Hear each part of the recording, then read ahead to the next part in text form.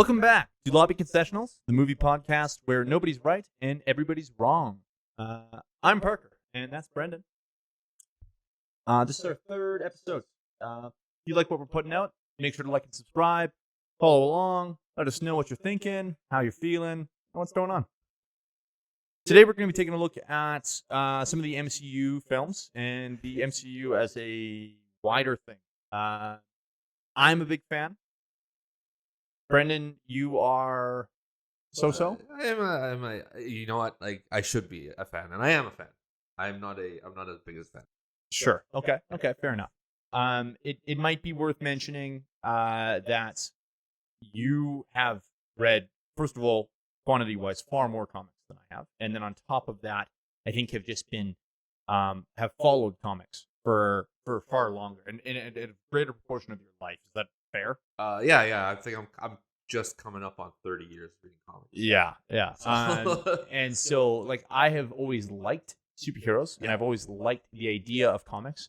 I haven't traditionally read a lot of them. I've started reading more and more recently, but just for context there, my dad was a big comic guy, so he got me into it. Sure. He got me into Spider-Man. Yeah, so it's always been a part of my life, but, you know, again, maybe not the same level of detail as yours. Yeah. I think it's impossible to have a conversation about Marvel movies and the MCU without, at the very least, alluding to the comments from Martin Scorsese. Back in 2019, he famously, or infamously, told Empire Magazine that when they asked him about Marvel movies, he says, "I don't see them. I tried, but that's not cinema. Honestly, the closest I can think of them, as well made as they are, with actors doing the best they can under the circumstances, is theme parks. It isn't the cinema of human beings trying to convey emotional, psychological experiences to another human being." Following up on that, he wrote a opinion piece in the New York Times to kind of explain. And literally the title of the piece is Martin Scorsese, I said Marvel movies aren't cinema, let me explain. So I think most of what it comes down to is he immediately says, I'm not a Marvel movie hater, and I don't dislike them. I don't have a vendetta. The best piece I can give you from that is him saying, many franchise films are made by people of considerable talent and artistry. You can see it on the screen. The fact that the films themselves don't interest me is a matter of personal taste and temperament. I know that if I were younger, I'd come of an age at a later time. I might have been excited by these pictures and maybe even wanted to make one myself. But I grew up when I did, and I developed a sense of movies, of what they were and what they could be, that was far from the Marvel Universe as we on Earth are from Alpha Centauri. Which I think is fair. I think ultimately what people fail to see here, what people like is, or what people grab onto is the Marvel movies aren't cinema aspect, as opposed to the Marvel movies aren't, they're not the same type of artistry that he loves about filmmaking. Sure. And as much as I love Marvel films, I think I am naive if I were to try and argue that they aren't studio productions. They aren't very clearly made by committee. And I think what Marty's getting at is that in the films he knows and loves, in the films he creates, there is very clearly an artist there. And in some ways a sole author. And that's getting a little bit into our theory of who creates a movie. When you're talking about thousands of people being involved in production. Is it Martin Scorsese's movie? My argument would be yes, and I think that it's a hard, again, the discussion for another day. But either way, I think he's right that there is some level of, it's harder to see an individual fingerprint in those films. Now, that all being said, I wanted today to take a look at Marvel movies and in some ways try and defend them. Because I think as much as what Marty is saying here is correct, I think there's a disingenuousness there, or at least maybe a bit of naivete, which is saying a lot. Yeah. Considering that I'm, not even 30 and talking about the great Martin Scorsese. So I think to start us off, I kind of wanted to look at the history of cinematic universes and why Marvel is as prolific and different. Why it's unique. Like why is this one started out and set off a powder keg of interest in not only superheroes but in these films and clearly in cinematic universes in general. Like there has been plenty of offshoots. Sure. I think if I want to stretch this argument and maybe my credibility, the first cinematic universe that I could find, and again, bear with me, is Abbott and Costello Meet. You're not going to get an argument from me. I love those movies, and I'll deal with it. Yeah, I love it. So these films, we have 5 films in this universe, starting with Abbott and Costello Meet Frankenstein. Yeah. Now, at this point, just for context, we've had multiple Frankenstein movies. We've had multiple Abbott and Costello movies. So these are well accepted characters, and they're well known in films. So the very first one here comes out in 1948. Yeah. And then the following 4, we have Abbott and Costello Meet Boris Karloff, Abbott and Costello Meet The Invisible Man, Abbott and Costello Meet Dr. Jekyll and Mr. Hyde, and Abbott and Costello Meet the Mummy. And those all happen in the next, I believe it's 10 years. Maybe not even. I can't imagine those being stretched out that far. First one is 1948. The Mummy's in 55, so 7 years. Yeah. So that's the first sign, I think, that we have something like this in cinema where we can have characters that exist in their own universes, in their own films, interacting with characters that exist in others. Yeah. The issue here and the difference here is that I think in a lot of ways those movies are supposed to be parody, or maybe not parody, but they're supposed to be silly. Sure. Frankenstein, at least the character they're meeting in that movie is not the same Frankenstein. Sure. That is in his own film. Yeah. But so maybe I guess all I'm getting at is that some sort of shared universe has existed in films for over 70 years. Yeah. And I think, but it's really taken off recently with the success of Marvel. So we have Iron Man in 2008. And Avengers, the first Avengers film where a lot of people really looked at that as the marker that this 2012, works. It's 2012.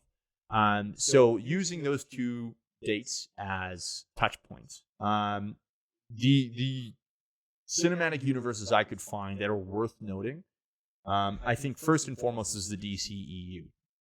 Worth noting. I thought you said. Yeah. So that starts in 2013 with Man of Steel. My understanding, it is still ongoing. There is 11 films currently in that extended universe, with 6 announced, including Dwayne Johnson's Black Adam. Apparently, there's a Blue Beetle movie announced. Who's to say? This could be some of these things could just fall apart, and they will. Likely. The other infamous one that, very noticeably was sort of trying to hang a little bit on Marvel's coattails is Dark Universe, and I don't even think a lot of people are even aware of this. No. But there was a planned universe starting with Tom Cruise's The Mummy, and it was to feature Frankenstein, the Bride of Frankenstein, Invisible Man, the Mummy, obviously, Dracula. Dracula, Dr. Jekyll and Mr. Hyde, I believe Phantom of the Opera, and probably a creature from the Black. Yeah, absolutely. One, yeah. There was 2 films eventually released. Not even in the no, one was retroactively added. No, not even though. Actually, you're talking Dracula Untold. Correct? Yeah. So technically, in the Dark Universe, the Invisible Man, the Elizabeth Moss, That counts? It technically counts, apparently. So they made one good movie. They made one good movie. The Mummy was not good, unfortunately. I like the idea of where they were potentially going. I'd be interested to see more, but like that was a rough one. And the thing is, Invisible Man doesn't have any connection to it, so it's hard to argue it's a shared universe. Technically, there is still 15 announced films to come out in this universe, which no longer is happening. Is what I was told, or not told. I know I don't fucking know anybody, but I read that they'd scuttled the entire thing. That was my understanding as well. Gone. But technically, these are still on the list somewhere as upcoming films. So whether that's just I had the wrong sources, or the sources I had were like, who knows, even though everyone knows. I think the other thing,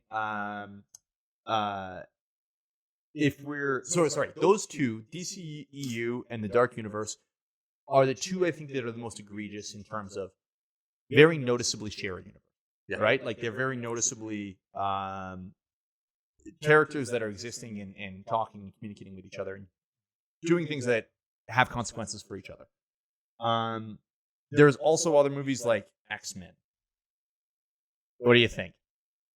Like the X-Men themselves having their own shared universe? Like, I would argue that the X-Men could be a cinematic universe in terms of, we've had 13 films. Yeah. With the last entry being the New Mutants in 2020. Ugh. And then, but like we had multiple different actors taking on the same character, but they eventually still end up in the same. I guess they don't ever interact. I guess like Patrick Stewart doesn't interact with James McAvoy. No, but they're in the same movie. They are, and playing obviously the same character. Because of time travel and yada yada. So what we're saying is, under some proper guidance, it could have been a pretty good its own little universe. Good or not, absolutely. Like I think it becomes a little bit separate from the MCU in terms of that most of these characters basically exist solitarily. So they're in their own movie, and granted, all of those movies are team movies, but like they're in their own movie with their team, and then nothing else, or the sequels to that. But that's basically it, right? Yeah. With the exception of Wolverine, who is in a lot of those films, and his own solo spin-offs as well. Yeah. And then interacting, he's the only character that interacts with the past version and the new version. The future version, or whatever. So yeah, it sort of works. The other thing would be Wizarding World. And so the Harry Potter films, I think it's hard to look at those as a cinematic universe because it's very clearly just sequels, a movie and 7 sequels. Yeah. And then Fantastic Beasts is clearly them trying to build a bit of a world, but that's something that's very, very clearly inspired by Marvel. Marvel has been very successful, and then Wizarding World tries to copy this. And I think that's one of the bigger things, the reasons why Marty is correct. Beyond the fact that the MCU movies that are being produced maybe don't have their own artistic vision, is the fact that they have inspired others to kind of be forced to make their own world. Or the feeling like a movie doesn't exist. We can't just do a movie and some sequels. It has to have interrelated, and there has to be 3 or 4 different characters that have their own solo movies, and then they interact. And the fact that they're inspiring that is really unfortunate. Because even just looking at the DC EU, that stuff, as far as I'm concerned, it's at its best when they're non-interacting. God, how backwards is that universe, though? Oh, to have, and it's weird for a lot of these companies and studios to have the perfect blueprint. Yep. And to continually mess it up. Oh, absolutely. But just a quick aside, I do want to give a little bit of maybe you probably want to a little bit of credit to the Fast and Furious franchise. Oh, okay. For doing it first. Doing what first? establishing a cinematic universe when when there was no concept of it. Well, so at what point do they do that? So they do it in Tokyo 7. Drift, which is basically 2005, 2006, I believe. Okay. So in Tokyo Drift, we are being told that it has nothing to do with the other Fast and the Furious movies. Okay. You know, the first one comes out and it's a mild success. The second one comes out and bombs. So the third one is this. It's Justin Lin getting to play in Tokyo with cars, which is great. He comes off of Better Luck Tomorrow, and it's a great movie. And he gets to do this stuff, and we're told it has nothing to do with Vin, Paul Walker, any of that stuff. Sure. So we're watching this movie, and if you stay until the end credits, there's a bumper scene where Vin Diesel pulls up, and it's part of the universe. So all of a sudden, retroactively, he's added it to this universe where we were told it wasn't. Yeah. And it's an end credit scene, and it's 2 to 3 years before Iron Man. Yeah. Yeah. Fair enough. Yeah, I just looked it up. It is 2006. Yeah. So 2 years. 2 years before Iron Man. Yeah. So I want to give a little bit of credit where credit's due to Fast and Furious for attempting it first. So I guess my argument becomes: is that the only movie where that happens? Because effectively, the rest of them are all sequels. So like it happens, and now it's officially put into that universe, that movie.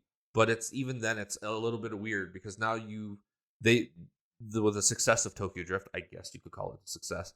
They go back and they make a bunch of movies. They make 3 movies that take place before Tokyo Drift. Oh, they do, don't they? Yeah. So Tokyo Drift technically happens after 6.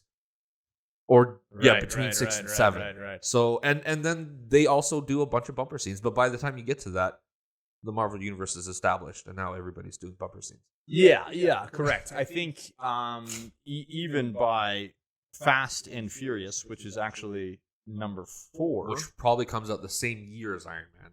I was gonna say, I think even that is it's 2009. So at that point, theoretically, maybe even inspired slightly, but actually no, there wasn't enough after Iron Man to inspire that yet. So it's Iron Man and Hulk, I believe, right? Or is it Iron Man 2? No, it's Hulk. It's Hulk. Hulk comes out the same year as Iron Man, year. actually. By Fast and Furious 6 in 2013, there's an argument there. The Avengers has sort of come out that maybe decisions that the Fast and Furious team makes by that point could be inspired by the Avengers' success. Absolutely. However, you're right. They had to have made these decisions. Yeah. Now, let me just, quick aside, what is going on with the Fast and Furious naming scheme? Like, these movies don't make any sense. We got Fast and Furious, we got Too Fast, Too Furious, we got Fast and Furious, The Fast and the Furious, Tokyo Drift. And then our next is Fast and Furious, which is supposed to be 4. And then we got Fast 5. So we just dropped Furious for a second. And then we're 6 here. Oh, then it's Fast and Furious 6. Yes. Okay. Furious 7. Yeah. What are we doing? No, I don't know. And the absolute missed opportunity for 4 Fast, 4 Serious is mind-boggling to me. Okay. I'm going to move on with that in a comment. So there is lots of franchises that have done this. And I think, so I found myself questioning why does Marty target Marvel? Now, obviously it's because of popularity and success. Sure. Just from a financial point of view, obviously the Marvel franchise has succeeded in ways that none of what we've just mentioned have. Yeah. But I think beyond the financial success, I think it is effective in a way that none of these other franchises truly are. I know Feige had said at one point that he actually turned to the Harry Potter films and used those as a bit of an inspiration for some of what he did with the MCU. And basically that you can watch any one of those movies, or what he says is you can watch any one of those movies and not be lost. That the Harry Potter films do a good job of sort of not necessarily summarizing what's happened before, but giving you a quick view of these are the main characters, and they introduce people in a way that, if you're completely lost and you watch Harry Potter Goblet of Fire, you're not going to be, you're able to still enjoy that film as an individual film for itself. So So that success has been pretty exceptional because they're approachable. It's easy for people to get involved. So I think that's why the MCU gets targeted. I guess what this comes down to for me is I understand where detractors are coming from. These are studio films. Iron Man, Iron Man 2, Iron Man 3 basically all feel like they're made by the same entity. Maybe Iron Man 3 a bit of a divorced from that, but not really. Not enough to make it different. Thor feels like it could be directed by literally anyone. Kenneth Branagh definitely has a little bit of the director of Thor has a little bit of his own appeal in that. Yeah, Dark World even more so, and like just in terms of could have been anybody. Could have been anyone, exactly. Yeah. So I think the first MCU film outside of Iron Man, which again is sort of set the tone, and I can't really discredit Favreau for not having a fingerprint on that, because who's to say if he inspired the whole MCU or but outside of Iron Man, I think the first one that really does feel like it has its own unique creative fingerprint is Avengers. Agreed. Because 100%. It's a feels, Whedon thing. It definitely feels like a Whedon film, and it is written like a Whedon film. Yeah. Next to that, we have James Gunn with Guardians of the Galaxy, and that's the next one I can really point to and say this feels like him. Like this is a James Gunn film. Yeah. And you look at the Suicide Squad, and even though that movie is very noticeably made for much more adult audience, it feels like Guardians of the Galaxy, but on Earth with blood. Or not that it feels like it's the rehash, but that's a James Gunn movie. Yeah, both of those feel very, very similar thematically or character wise. The character beats are similar. He handles his fingerprints all over. Yeah. Next to that, I'd argue the Russos. I mean, at the time they were kind of unknowns and they just did TV.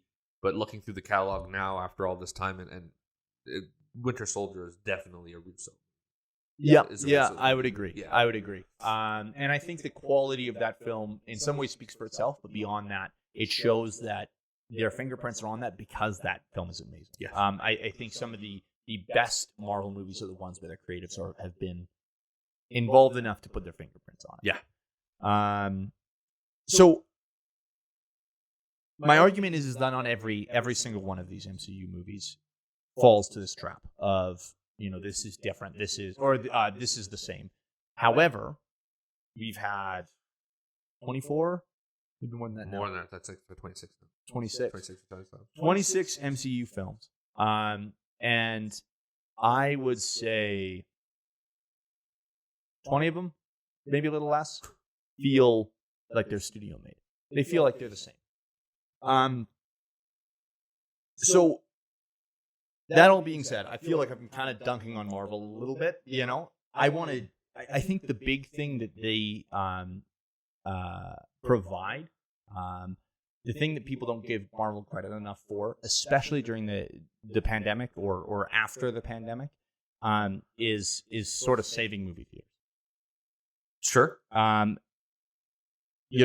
We look at the biggest films of 2021 are Marvel films, and I think that's is that a bad thing? Maybe there's not enough variety going into cinemas, but I also think that you look at all the movies released in a year, how many of those are going to be good? Yeah, like truly watchable. Yep. I don't know, 20-30%. And these, so I think people are looking for first of all, a degree of familiarity, but secondly, something that they can rely on. And Marvel films have been able to deliver that. Yeah. Looking at what would you say is outside of a Marvel film, the biggest movie of the pandemic? Biggest movie of the pandemic is probably Fast 9. Really? I would say. Okay. I didn't even consider Fast 9. I'll be honest. I'd probably say Fast 9, or at least. Yeah, I think I'd say Fast 9. So I had initially considered Tenet, which might be a little bit of a rough one, just because that movie is. There's some barriers to entry, right? Like with a lot of Chris Nolan movies. But he had the luxury of not having a bunch of movies come out around it, so he got to stay in theaters for a long time. Yeah, absolutely. And so that's a good point. Is that like, I guess the argument can be the reason Marvel movies have been successful is because they're familiar and because nothing else is really coming out during this time. Yeah. But looking at some of the movies that have come out in the same period, so Fast 9 is a good example. Unfortunately, I have to kind of rely on box office as a measure of success. Absolutely. Right? Absolutely. So worldwide box office for Fast 9 is $726 million. Whew, that's not bad. Pretty good. Most of that is 76% of that is international.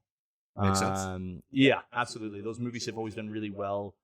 I think personally because of diverse casting, or like fairly diverse casting anyway, and just like it's easy appeal. It's the car culture is worldwide, right? It's international, so it's everywhere, and they show that by traveling just about anywhere in the world. So yeah, absolutely. So it's maybe not a fair comparison, but Spider-Man: No Way Home at this point has pulled $1.8 billion worldwide. So $1 billion more. Yeah, and like so pretty significant jumps. Tenet, it was the example I was initially thinking, and I think Christopher Nolan movies in the past have been, they're quite successful. That had a budget of $200 million and a worldwide box office of $363 million. So didn't even double it. You look at all of the Marvel movies that have been released during the pandemic. So we have Spider-Man: No Way Home, we got Eternals, we got Shang-Chi, and we got Black Widow. Yeah. The worst of the bunch, box office wise, is Black Widow with $379 million, still clearing Tenet by 15. And they still had the day of stream release. Absolutely, yeah. So it was a day of, and it Disney still Plus made more release. money. Yeah. So I think some of the comments that, and I'm not going to keep picking on Marty. The fact is, Martin Scorsese said these things, sure, and he's correct, I think, about a lot of what his comments were. I think a lot of people jumped on that train with him. Yeah. And typically, the people I've seen that have really dove into it and really been like, screw Marvel, are people that are don't have a name like Marty does. Like clearly he doesn't have to prove himself. That he's being asked this question because people value his opinion. Other people are being asked this question because they're like, "Oh, what do you think of Marty?" Because they want to draw battle lines. Media wants to see, who's on what side, and drum up some hype. And so some of the people that have dove into hating Marvel a little bit more, maybe are just trying to find a name for themselves, and they'll ride at 5 minutes of fame. But some of the people that say that are the same people that are saying we need to keep theaters open. The theater experience is number one. And those two things don't coexist in my mind. You can't remove Marvel movies from a theater and then have theaters stay open. Yeah. It's tough. I'll play devil's advocate. Okay. I'll play devil's advocate here because, yes, physically, if Marvel movies 3-4 times a year are going to drive people into theaters. Mm-hmm. But you have to take into account the amount of damage those movies do to theater movies. And in my mind, the reason why a lot of guys a lot of creatives bag on Marvel is because if you take a look at that studio structure, over the last 10 years, I would argue that Marvel's done just as much damage to theaters as they've brought people into theaters. Because I don't think movies like The Mummy exist if Marvel isn't pushing other studios to try to play catch up. And that's obviously not Marvel's thing to go out of their way to do that. Sure. But if I'm Universal, if I'm Warner Brothers, if I'm Sony, and I'm looking over across the street at Disney, who not only has Marvel, but Star Wars, Pixar, and then their live action stuff went skyrocket over the last 5 years. Sure. If I'm Universal, I'm like, what is the quickest way for me to compete? And what do we have? Like, we're just opening drawers and being like, oh shit, I have the Mummy, Dracula, werewolf. Put them together. Mm-hmm. And so now I'm making movies, not because I want to make movies or good movies. I'm trying to compete for space, and I'm trying to compete for dollars. And the DCU is a perfect example of that. The idea that you're like, here's a Superman movie. Yeah. Here's a Superman Batman movie, and now here's the Justice League. Yeah.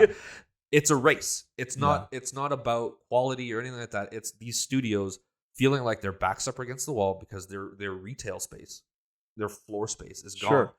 If Disney as a studio has 5 movies out at one time because they have 5 different studios, even if your theater has 17 screens, that means there's really only 7 screens that aren't showing Disney movies. Yeah. Right? So at the end of the day, the damage being done from them just being successful is quite, and that's hearsay. That's a lot of, that's speculation. Sure. But it's impossible not to look at the blueprint of the DCU and be like, they're trying to catch up.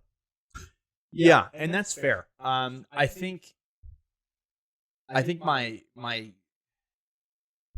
concern becomes is that the job, or is that the fault of Marvel doing well, or is that the fault of Warner Brothers failing? Like, looking specifically Marvel versus DCU, and I hate the tribalism there. Like, I don't want this to be a Marvel versus DC conversation, but it's impossible not to. Absolutely, I think it's a good comparison. I guess my argument is that DC still has, or Warner Brothers, I guess in this case, we're looking studio versus studio, has characters that I want to see. I want to see them do things. I want to, I love Batman. So let's do it. Why are they mishandling these characters? Right? You've said it a bunch of times already. It's fighting. To be able to have somebody to go to bat for you creatively, to be able to have somebody you can sit and talk to creatively with one vision or a shared vision. And it's not always going to work. Edgar Wright, Patty Jenkins have all gone up against Feige and Disney, and it just hasn't worked out. But the idea, and DC's tried it. They did stuff with Snyder, but there's still not somebody he's answering to.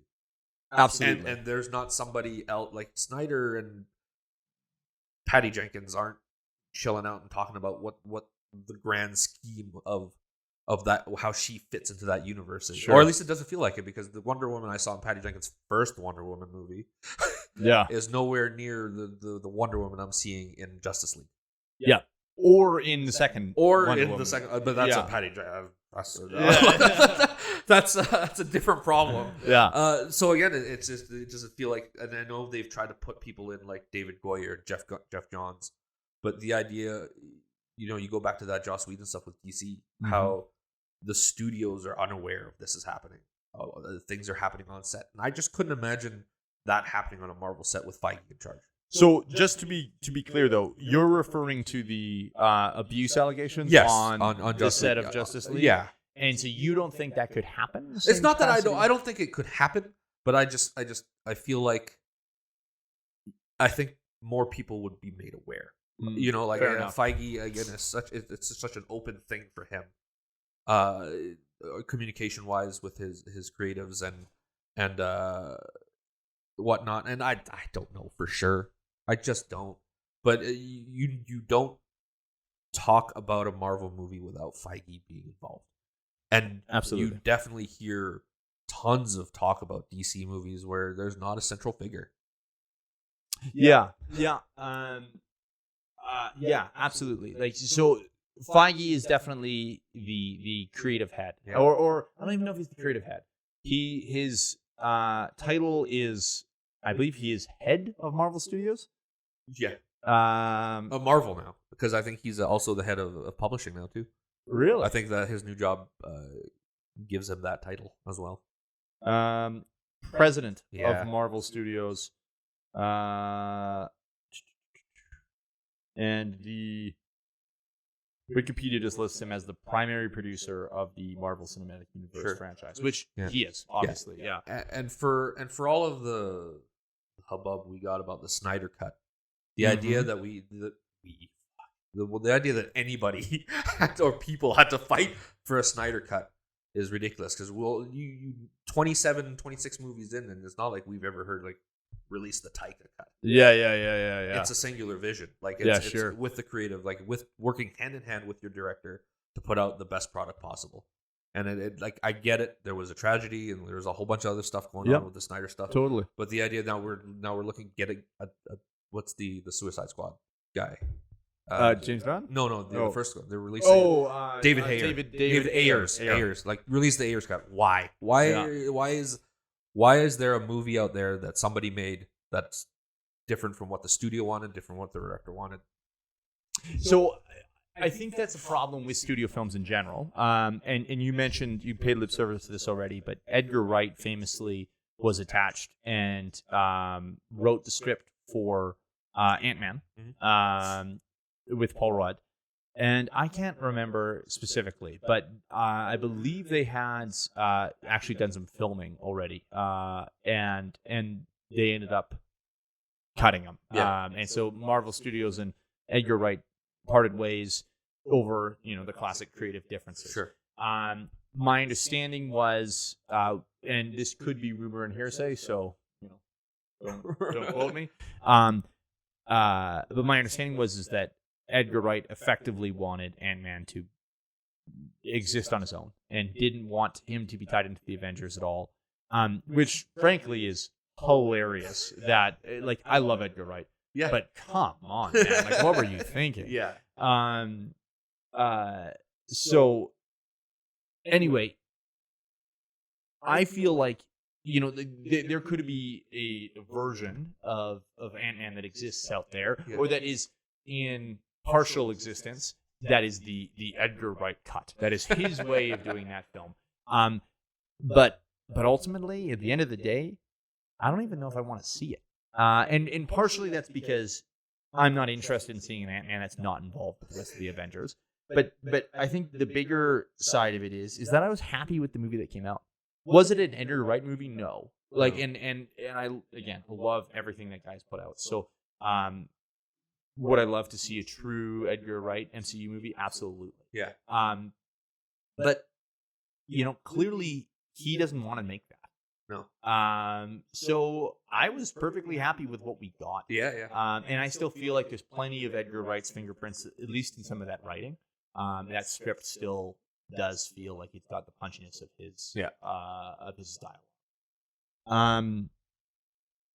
So I think there is some of that strife at Marvel, but I think you're right that Feige has got he's got enough control of what's going on. Yeah, and it's not even control. It's the idea that, he'll go to bat for you.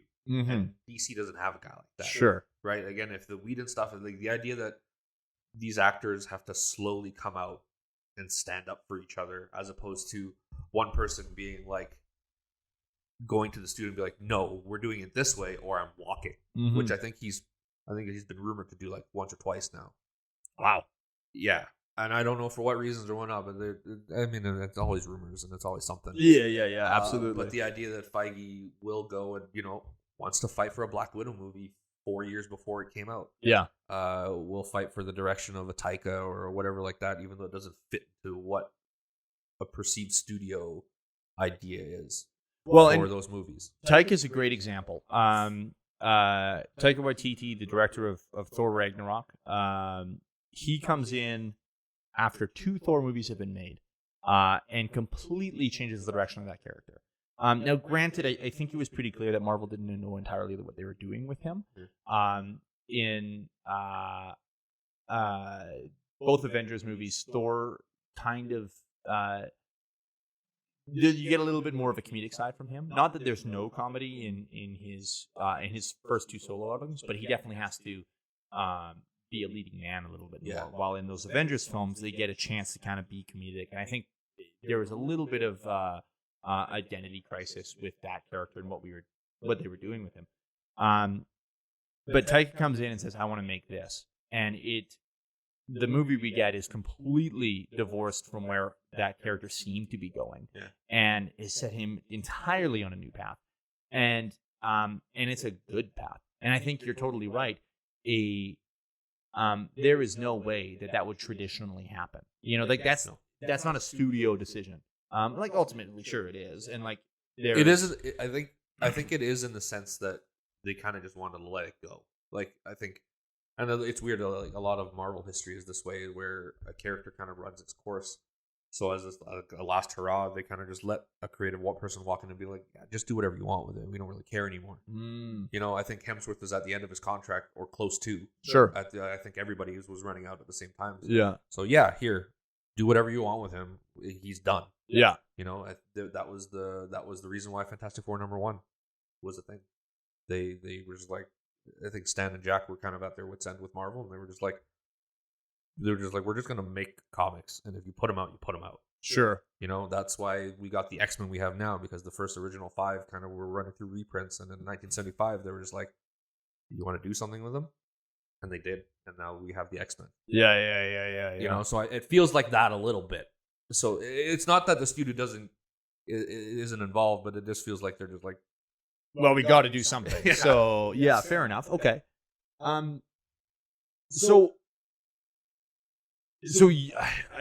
Sorry. Getting back to some of what I was.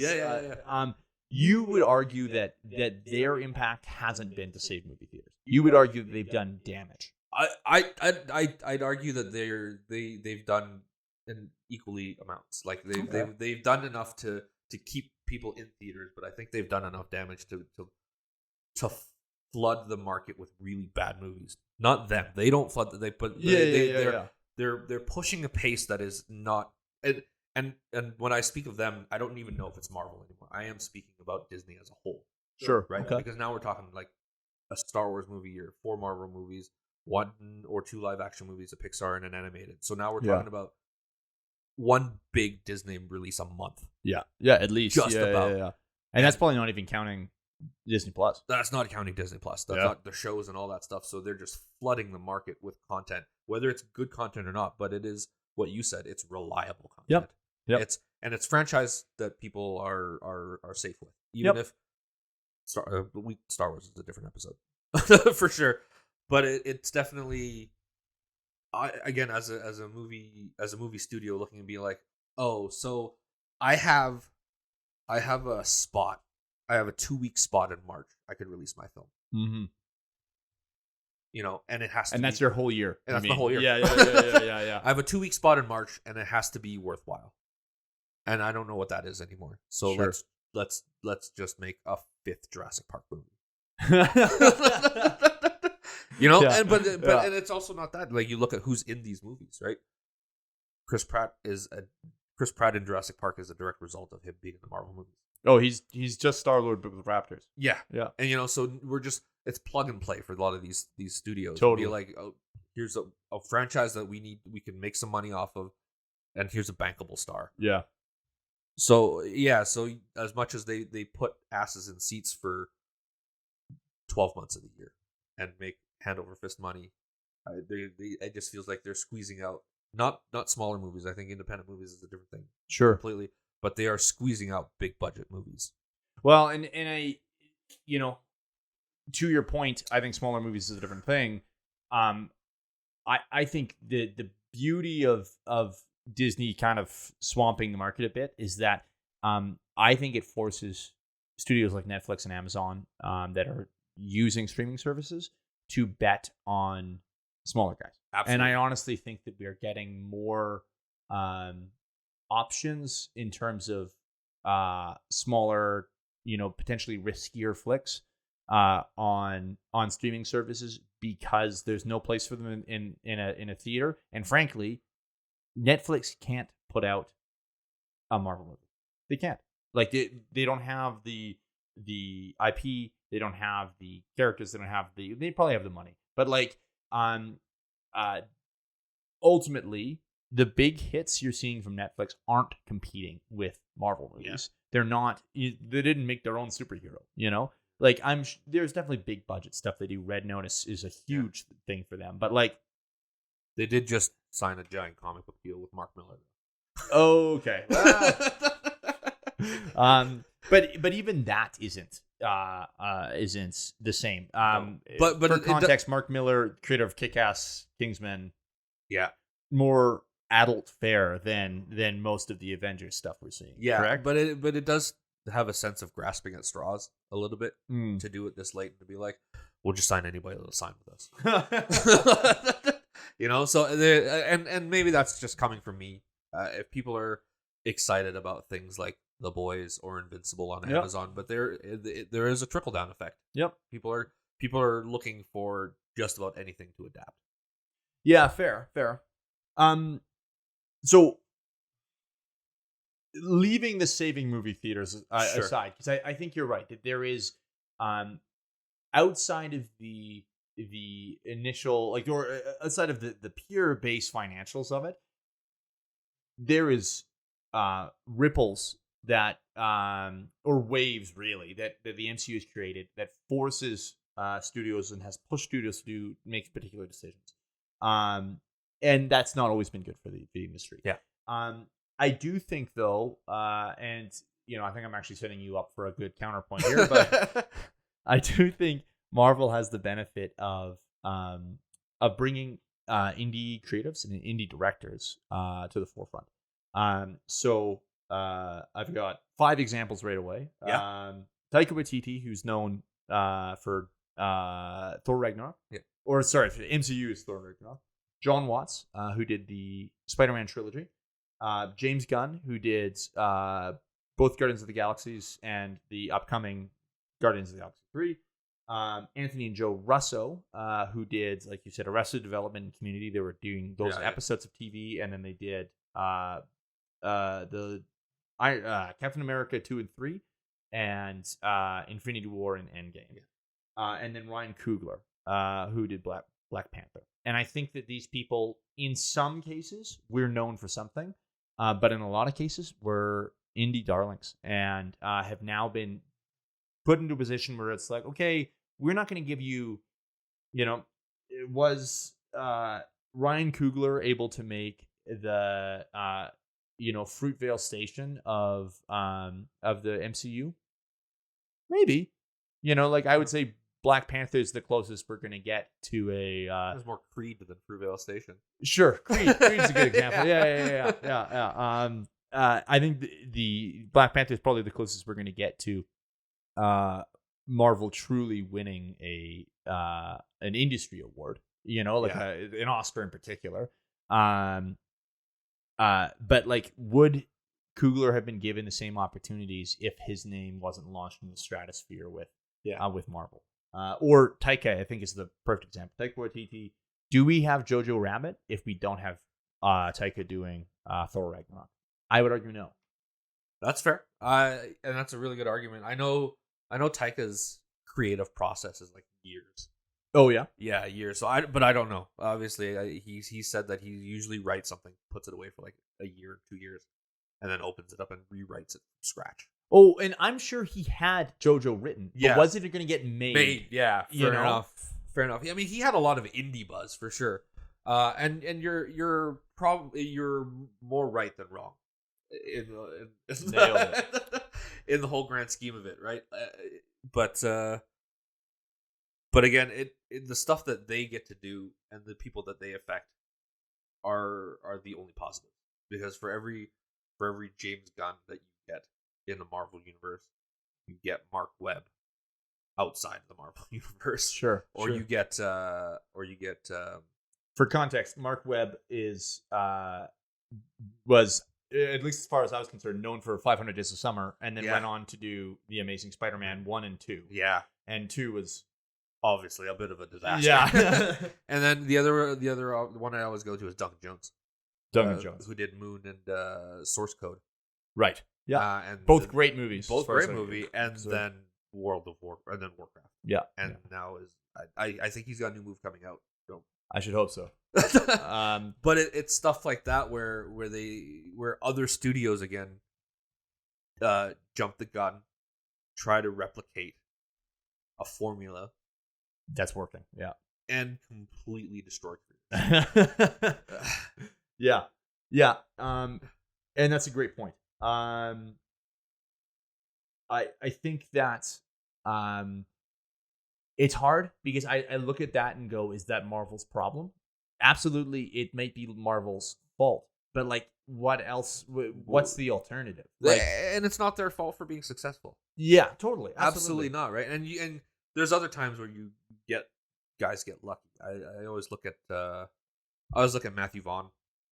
We've talked about him a lot because he's the King's Man is out right now. Yeah. But that's a guy that made Layer Cake, got a little bit of indie buzz, made Stardust, and then he made First Class.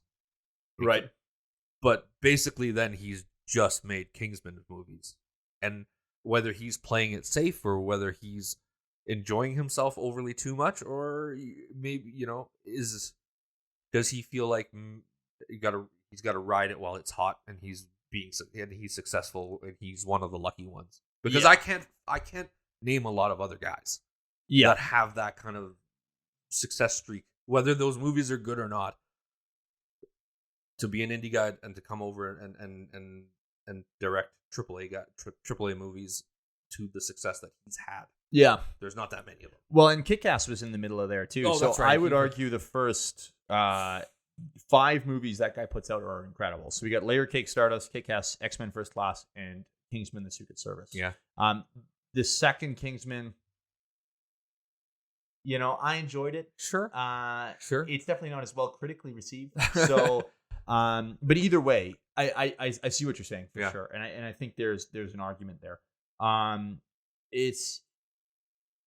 It's tough, and I think where Marvel has to recognize, and not Marvel's comics, but Marvel Studios has to recognize their impact to this industry, is in the fact that they are an industry leader now. And so the decisions they make are going to be replicated and copied. Yeah. So if that has a capacity to hurt the industry as a whole, they need to be aware of that fact. But do you care? You're making $1 billion every month.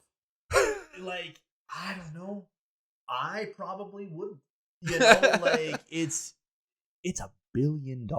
And on top of that, it's $1 billion for people are raining on them and like upset with them, but like they're pretty good movies at the very least. Again, they're consistent, and I think that goes to show this again, the success of Feige and what that guy's done with the Marvel formula, and kept things enjoyable from an audience point of view. So I think if I was in James Gunn's shoes, I wouldn't feel bad about any of the decisions I've made. He doesn't. Well, exactly. That's what I mean. I don't think there's anything wrong with that. I think that guy's killing. Yeah. I think they kind of like bring up a point that helps you a little bit, that I think that they do that nobody else does. Mm-hmm. Is that they've successfully, and I don't, whether they wanted to do it or not, whether it was the plan, I think it was, they've made movies social again. Oh, okay. In terms of people being able to talk, like those movies being event movies, or what? Yeah, not just event movies, but you think of the chatter between Infinity War and Endgame. Sure. Who dies, who doesn't. Yeah. It became water cooler talk. Yeah. And they kept it up for 26 movies. Yeah. Yeah, absolutely they have. Yeah. I think and maybe this just goes to show how much I like comic books. But the last movie I can really think I talked that much about or similarly was probably Dark Knight Rises. Third in the Dark Knight trilogy. Sure. And there's a lot of theories, there's thoughts I had. Yeah. And I don't think I think you're correct. I don't think we get the same sort of event. No. And even when you can talk about Dark Knight and stuff like that in between movies, but to keep that momentum over 10 years on top of 24 movies and making movies like Ant-Man and the Wasp much must watch. Yeah. Because of an end credit scene. That's kind of genius at the end of the day. Yeah. Oh, right? Yeah, totally. And to keep up people's interest that way. Yeah. And not just and to to elevate it to a point where it's not just comic book nerds. Sure. Yeah. And like Right. the fact that these are well recognized names now, like staples. Yeah. You know, like no one knew who Iron Man was. No. 15 years ago. Or no, non comic book fan. Sure. I mentioned something about them being the industry leaders and having some sort of responsibility there. I think I want to touch on that again, just in terms of something they don't get enough credit for is I believe that Marvel has really set the standard for diversity and inclusion within film. And I think that they were sort of a leader, given that they're set the tone in a lot of things, to making sure that we're getting a diverse set of stories and a diverse set of characters in a variety of formats. Like as cringy as some of that girl power shot was in Avengers Endgame, I think we need a few shots like that are a little more cringe. You gotta hammer it home to make a point, right? Absolutely, Like, absolutely. And we need a few of those. We need a few Captain Marvels where there's a bunch of men on the internet that decided that movie was awful, and like it was mediocre. I would say, like it. But way to be a guy on the internet. but I'll defend that movie a lot, Yeah. and it's simply because so much of the hate that movie received was from people, misogynists, frankly, like people that weren't happy that there was a woman in a role. Like they weren't happy that Brie Larson was calling them out on their shit. Yeah. Like her being told to smile more, and then she photoshopped smiles on all the men in the in the MCU movie posters is incredible. So she's great, and like again, that movie didn't live up to my expectations or hopes, but I think they deserve some credit for the fact that the fact that Black Panther was the cultural touchstone it deserved to be. Yeah. The fact that touched people's lives in a way that they didn't expect. No one, but that wasn't being done, not in blockbuster films. Sure. And I think that they again set the tone in a way that no one else could. I think the best way to put it is they've done such an amazing job of getting you to watch movies that aren't made for you. Yeah. Sure. At the end of the day, Captain Marvel might not have enjoyed Captain Marvel. That movie wasn't made for you white guy that loves superheroes. Straight white man. Yeah. It's not. You're correct. But you watched it and you enjoyed some of it. Yep. Right? Yep. Black Panther, sure, in the grand scheme of getting you into a theater, is a superhero movie. Yep. But it wasn't meant to speak to you. Not at all. Not at all. And I think that the fact that it does, obviously not the same way it speaks to the people, but it causes me to think, and like the number of stories I heard about how kids were stoked that they were able to see someone that represented them on a screen. Yeah. That's literally not something I've ever had to think about. And like the fact that basically that never crossed my mind for the first 25 years of my life is mind blowing. Yeah. And I'll admit it. I'm a grown ass man that almost cried in the first half an hour of Shang-Chi. Yeah. Just straight up. Sure. So, so you're right there. And then it always hasn't been that way with Marvel. The first couple years are very white. Ooh, very white man. Oh, yeah. The first woman we get is Black Widow in Iron Man 2, and she is just a sex object, But the idea that there's progress and they're actively trying is a huge deal. And the idea that they still get shit for it is insane to me. Yeah, absolutely. And again, I think that's something where they've really taken their role as an industry leader and recognized the fact that they have a responsibility to make changes, and to be a force for good, let's say, or set a standard. I think that's effectively. It's tough. It's like it is a non. I don't know that there's a winner. No, no, and not that this was like an argument or anything like that, but it's just in the grand scheme of if Marvel's good for the industry or not. Yeah, and I think the problem is the way I always hear this discourse is Marvel movies aren't cinema. Not every movie is going to be Citizen Kane. And I think there needs to be a middle ground there. Like, yeah, obviously Iron Man isn't going to be Citizen Kane, you idiots. Like, people aren't asking for that. And I think that, Scorsese recognizing the fact that these movies aren't made for him, and then it's ultimately not going to be a movie he personally enjoys, is totally fine. Yeah. Absolutely great. Go nuts, man. I don't love period pieces. I'm not a bad person for having that opinion. Yeah, but you're a wrong one. No, it's so really quickly, because I know we're running out here, but like, is the argument that because we've had movies like Dark Knight and the first Iron Man, I'd argue Winter Soldier, sure, that we should keep striving for that quality? That we should, like, the idea that things like Iron Man, Black Panther, the first Guardians movie, Winter Soldier exist, that shouldn't the other 20 movies be of that quality? I would argue they should, and I think that in their own way, Marvel keeps trying to do that. You look at Eternals, that was not a movie that anyone, like, comic fans or movie fans expected. Or wanted. Well, wanted, yeah, maybe. But that was true for Guardians of the Galaxy initially too, sure. Right? Everyone was shocked about that. Now, obviously, in one case, that turned out to be filled with characters people loved. In the other case, it was off-putting and strange. So I think they are striving for that, and I do think that they take more risks than people give them credit for. Sure. Yeah, absolutely, it still fits a formula, and yeah, absolutely, those movies are still. Those characters are designed to be able to slot into any Avengers movie or any team-up film and not feel weird. Yeah.